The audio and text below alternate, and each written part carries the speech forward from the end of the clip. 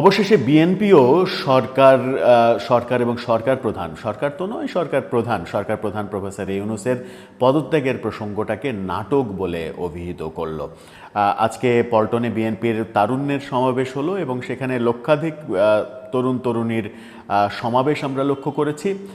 এত বড় গ্যাদারিং সাম্প্রতিক সময়ে আমরা দেখিনি। এরকম জনসমর্থন সামনে নিয়ে এসে বিএনপি বোধহয় একটা বার্তাও দিতে চাইছে এবং সেখান থেকে সরকার প্রফেসর ইউনূসের পদত্যাগ করতে চাওয়াকে নাটক বলে অভিহিত করা হলো এবং আলটিমেটাম দেয়া হলো। প্রফেসর ইউনূস কি সত্যিই নাটক করেছিলেন? সেই নাটকের ফলাফলটা কি হলো? নাটকে আসলে কে জিতলো, কে হারলো? বিএনপি কি তার নাটকের সঙ্গে পেরে উঠছে না? সেই প্রশ্নগুলো ঘুরপাক খাচ্ছে চতুর্দিকে। কি বলছেন বিএনপি নেতারা? প্রফেসর ইউনূসের নাটকেরই বা অবস্থা কি? সেই আলোচনা করবো এই ভিডিওতে। থাকবেন পলিটিক্স টিভির নিয়মিত আয়োজনে।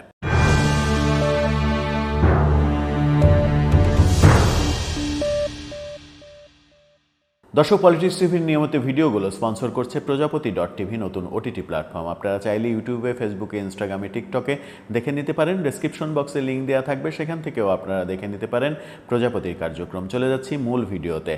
বলছিলাম, প্রফেসর ইউনূসের পদত্যাগ করতে চাওয়াকে বিএনপি এবার আনুষ্ঠানিকভাবে নাটক হিসেবে আখ্যায়িত করল এবং লক্ষ লক্ষ জনতার মাঝে বিএনপি নেতা সালাউদ্দিন এই কথাটা বললেন। আপনারা স্ক্রিনশটে পত্রিকার হেডিংটাও দেখে নিতে পারেন। তিনি যা বলেছেন, তিনি বলেছেন যে সরকার পদত্যাগ নিয়ে নাটক করছে, অর্থাৎ সরকার প্রধানের যে পদত্যাগ করতে চাওয়া এটা এক ধরনের নাটক।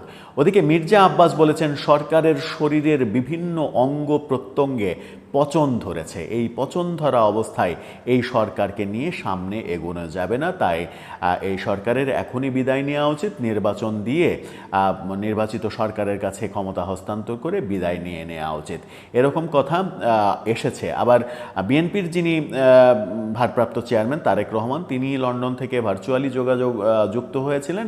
যুক্ত হয়ে তিনি বলেছেন যে কোনো কথা চলবে না, কোনো তাল বাহানা চলবে না, ডিসেম্বরের মধ্যেই নির্বাচন দিতে হবে। অর্থাৎ সরকারকে এক ধরনের আলটিমেটাম দেওয়া হলো, ডিসেম্বরের মধ্যেই নির্বাচন দিতে হবে, নতুবা বিএনপি আন্দোলনে চলে যাবে, এরকম কথাও বিএনপির নেতারা বলেছেন।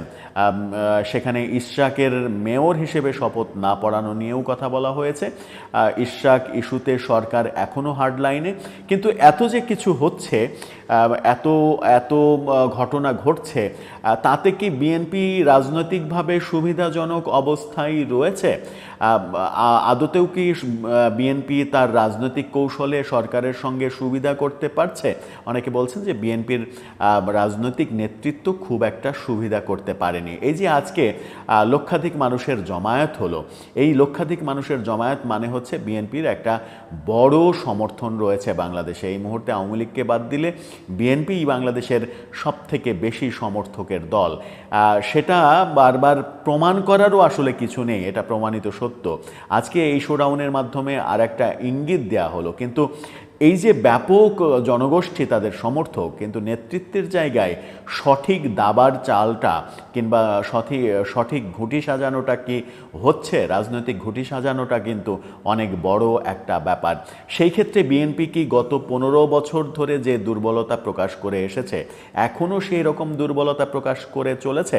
অনেকে বলছেন যে বিএনপির নেতৃত্ব থেকে খুব একটা চমক জাগানো কোনো কিছু আসছে না, সেই কারণে সরকারের কৌশলের কাছে তারা পেরে উঠছে না, তারা ধরা খাচ্ছে। এই যে সরকার প্রধানের পদত্যাগ ইস্যুটাকে তারা নাটক বলছে, এটা যদি সত্যি হয়ে থাকে তাহলে সেই নাটকের এগেনেস্টে যে সিনেমা করা উচিত সেই সিনেমা করতে বিএনপি ব্যর্থ হয়েছে।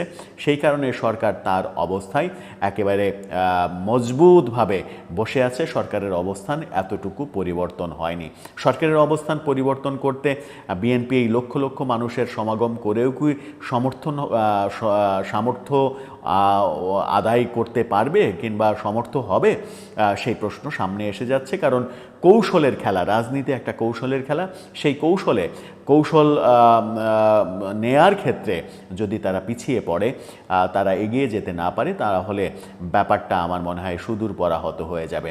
দর্শক, আপনার কি মনে হয়, প্রফেসর ইউনূস কি সত্যিই নাটক করেছিলেন? তার নাটকের শেষ দৃশ্যে আসলে কি আছে? নাটকের শেষ দৃশ্যে আমরা কি কোনো চমক দেখতে পাবো, যে চমকে আমরা সবাই বলে উঠব এটা তো প্রত্যাশা করিনি? আপনার মতামত জানিয়ে লিখতে পারেন আমাদের কমেন্ট বক্সে।